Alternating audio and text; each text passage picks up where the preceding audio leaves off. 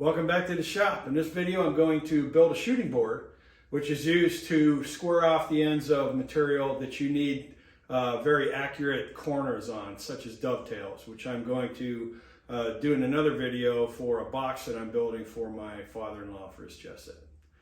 Enjoy the video. So for the top piece, I'm using 1/2-inch Baltic birch. And this is a scrap piece it was a goof up from the toy box build that I did. And I'm just cutting it down to size on the table saw.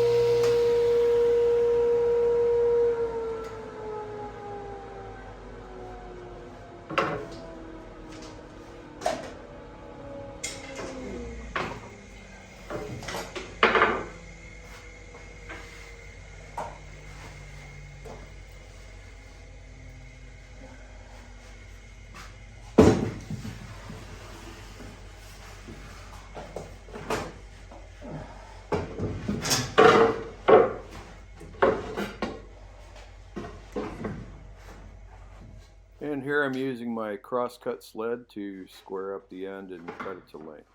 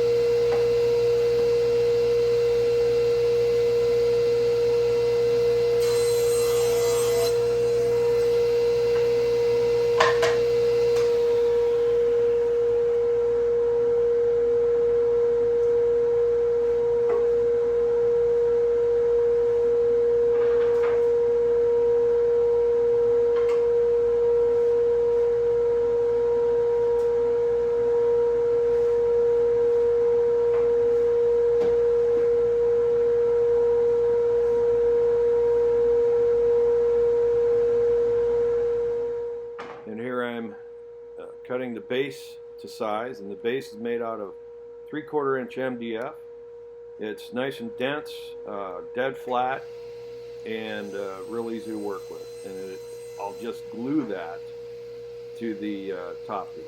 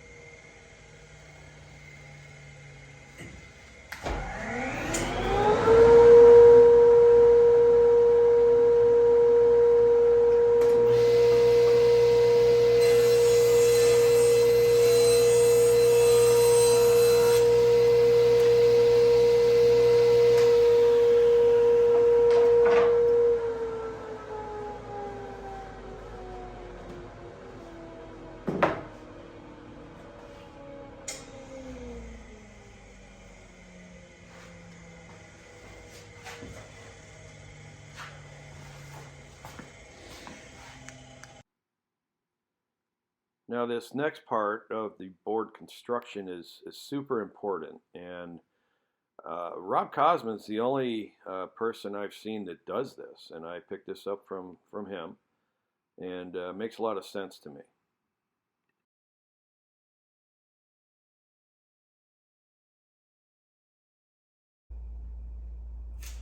I'm building this shooting board the way Rob Cosman builds his, and what I'm doing here is putting 8 strips of tape on the bottom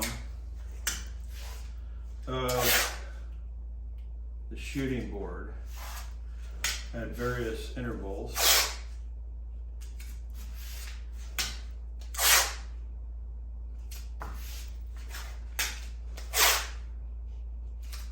Eight strips here in the middle.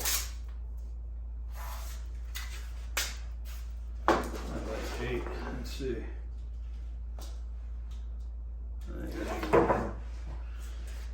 Okay.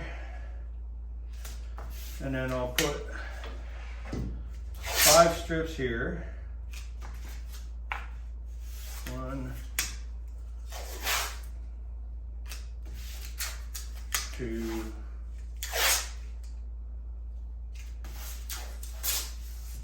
3, 4, 5, and then 3 strips here. 1,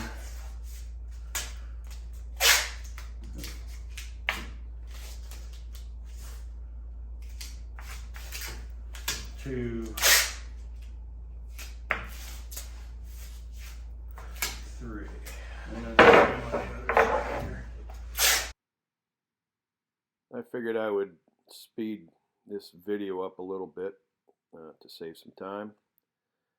But yeah, it's just a symmetrical application of this painter's tape.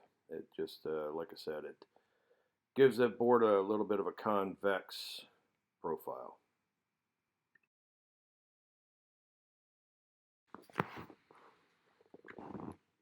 So here I am applying some CA glue, cyanacrylate glue, to the edge of the top piece.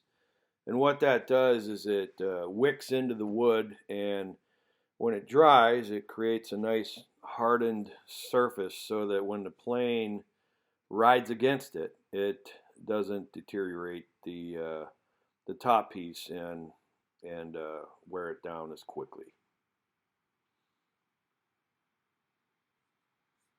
Once I have that done, I'm going to glue it up.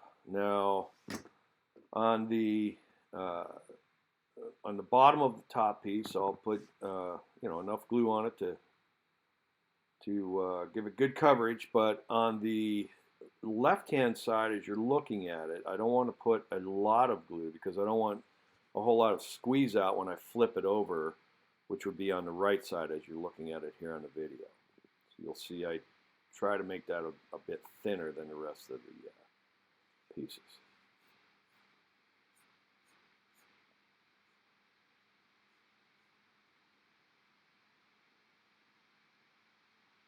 And I'll tack it into place with some 16 or 18 gauge pins.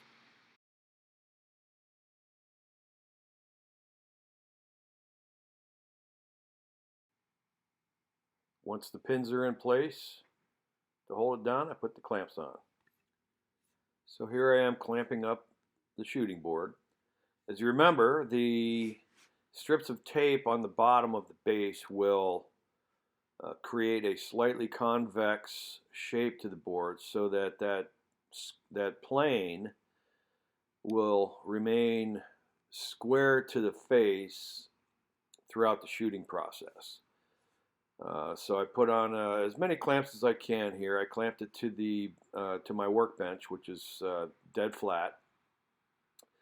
And so remember that rabbet I put in the top piece. The reason I did that was because the plane itself has a little shoulder before the blade, between the blade and the edge of the plane. And so I need to account for that so that the blade doesn't dig into the side of the shooting board.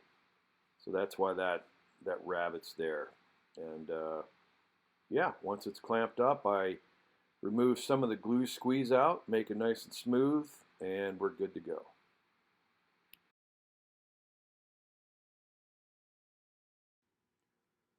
So unfortunately, I forgot to film the installation of the bottom cleat and the top fence. And right here, I am creating a chamfer on one edge of the workpiece, and that is to prevent blowout on the backside when I do the actual squaring up of the piece. So when I did install that top cleat, that piece of Paduke right by my hand there, I squared that up directly to the plane, the sole of the plane, as it sat against the right edge there. So it's perfectly square. And that's the whole intent of the shooting board, to get that perfectly square edge, which once I'm done shooting it here, I'll check it on the square, and it's tough to see, but it did come out perfectly square. So I'm very happy with the results of this, and really appreciate you watching my short little videos. Thanks.